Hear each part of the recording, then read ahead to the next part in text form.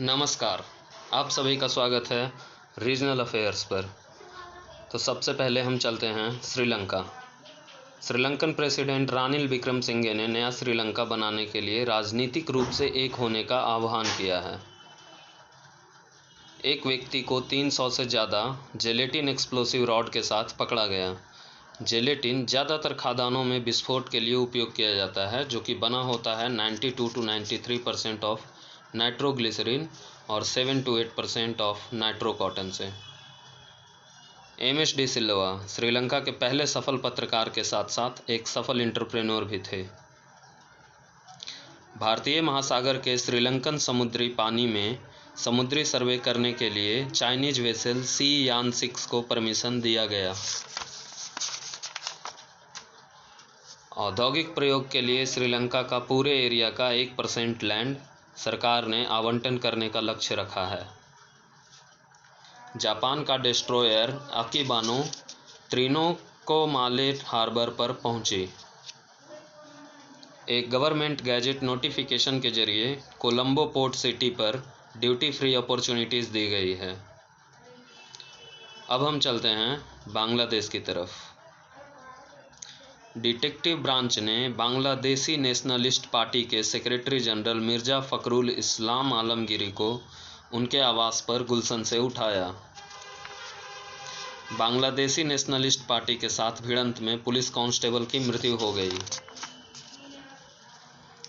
ढाका में बीएनपी के रैली ने कैसे ढाका को बैटल ग्राउंड में बदला। 50 से ज़्यादा व्यक्ति घायल हुए। पुलिस ने स्थिति संभालने की पूरी कोशिश की। ढाका मेट्रोपॉलिटन पुलिस ने दोनों पार्टी बीएनपी और एएल को रैली करने का परमिशन दे दिया था। पुलिस ने बताया कि बीएनपी के एक्टिविस्ट ने पहले हमले की शुरुआत की। American international university Bangladesh AIUB ने Washington university of science and technology के साथ MOU साइन किया। नीदरलैंड ने बांग्लादेश को 87 रन से हराया। अब हम चलते हैं म्यांमार की ओर। 13 राज्य और 215 शहरों में नेशनल लाइव स्टॉक की सर्वे की जाएगी। मिस्टर शी जिनपिंग CNMC के चेयरमैन ने साउदर्न सेंट्रल अफ्रीका का दौरा किया। 24वां Myanmar traditional cultural performing arts competition at central level continues. KNLA resistance group ने कांकारेएक में जुंता ऑफिसेस को तबाह किया। एथनिक अलायंस ने पूरे उत्तरी शान राज्य में अटैक का शुरुआत किया। स्कूलों में अराजकता बढ़ाने के कारण म्यांमार जुंटा को शिक्षा के लिए F मिलता है।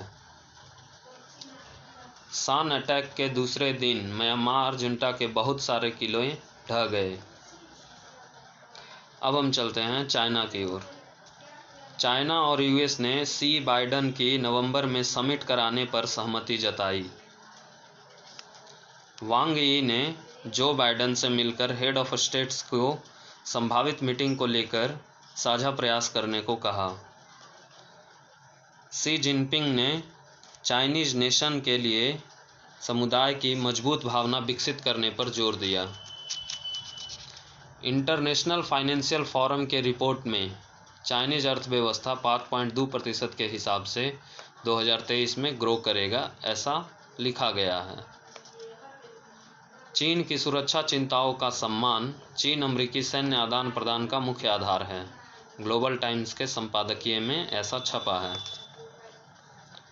ब्रिज गोइझोउ का सबसे लोकप्रिय पर्यटन स्थल बन गया है। तकनीकी लाभ हरित लक्ष्य को आगे बढ़ाने में लगे हुए हैं।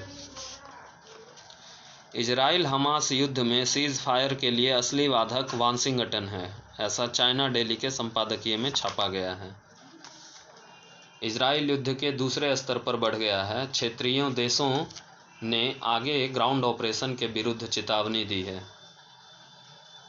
चाइना सेंट्रल बैंक के रिपोर्ट में युआन का अंतर्राष्ट्रीयकरण प्रोग्रेस में है और युआन का बाजार दूसरे देशों में भी बढ़े, इसके लिए सहयोग करेगा। शंघाई बुक सिटी को फिर से जनता के लिए खोल दिया गया है। अब हम चलते हैं भूटान की ओर। हिज मैजेस्टी द किंग ने 35th anniversary of Japanese overseas cooperation volunteers को अटेंड किया। ज़्यादा से ज़्यादा छोटे हाइड्रो पावर प्रोजेक्ट शुरू हुए। रिवाइज्ड पे प्रपोजल को वित्त मंत्रालय के पास सौंपेगा स्टेट ओन्ड इंटरप्राइजेस। संवैधानिक मूल्य की पुष्टि करता है the rule of law. Bhutan के वित्तीय बाजार की चुनौतियों से निपटना। संपादकीय लुकिंग बैक। अब हम चलते हैं नेपाल की ओर। यूनाइटेड नेशंस के secretary general Antonio Guterres Nepal पहुंचे। नए आयात नियम के बाद नेपाल की बिजली से भारत और भी रोशन हो सकता है। एंटोनियो गुटेरस का काठमांडू में कार्यसूची। नेपाल एयरलाइंस कबाड़ के दाम पर विमान बेच रही है। 5 चाइनीज विमान जो नेपाल के लिए बिल्कुल सफ़ेद हाथी साबित हुए। अब हम चलते हैं पाकिस्तान की ओर। पाकिस्तान तहरीके इंसाफ अपने साथ दूसरे राजनीतिक दलों का सहयोग मांगा for free and fair polls. अर्थव्यवस्था को पटरी पर लाने के लिए सुधार किए गए। वित्त मंत्री। पाकिस्तान विश्व कप से बाहर। इस कार्टून को देखकर हंसी आ गई। पंजाब विश्वविद्यालय से बलोच विद्यार्थी को पुलिस ने उठाया। विद्यार्थी ने भागने की कोशिश की लेकिन पुलिस ने पीटा और घसीटते हुए प्राइवेट गाड़ी में डाला। लाहौर पुलिस ने खदीजा शाह की शारीरिक रिमांड से इनकार कर दिया। 9 मई को दंगे से संबंधित तीसरे मामले में पूछताछ हो रही थी। ईरान की वह बहादुर किशोरी महीने भर कोमा में रहने के बाद शहीद हो गई। रिपोर्ट।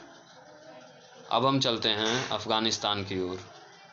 यूनाइटेड नेशंस ने पाकिस्तान से अर्ज करते हुए कहा कि अफ़गान रिफ्यूजीज का मास डिपोर्टेशन ना करे Pakistan.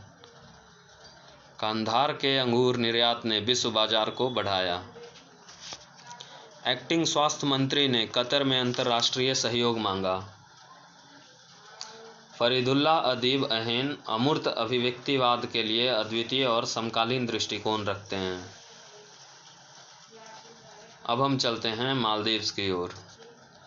Maldives president elect doctor Mohamed Muizzu ने आज़ाद फ़िलिस्तीन with Jerusalem as a capital को सपोर्ट करने का वादा किया। पैलेस्टाइन इवेंट्स को देखते हुए इजरायली सामान और टूरिस्ट के बैन पर मालदीवियन पार्लियामेंट में डिस्कशन किया गया। यास्ट मैजेस्टी 62 में आग लग गई और पैसेंजर लोगों को बचाया गया। मालदीवियन डेमोक्रेटिक नेटवर्क पर सोलीह की चुप्पी एक बड़ा संदेश देती है। Thank you.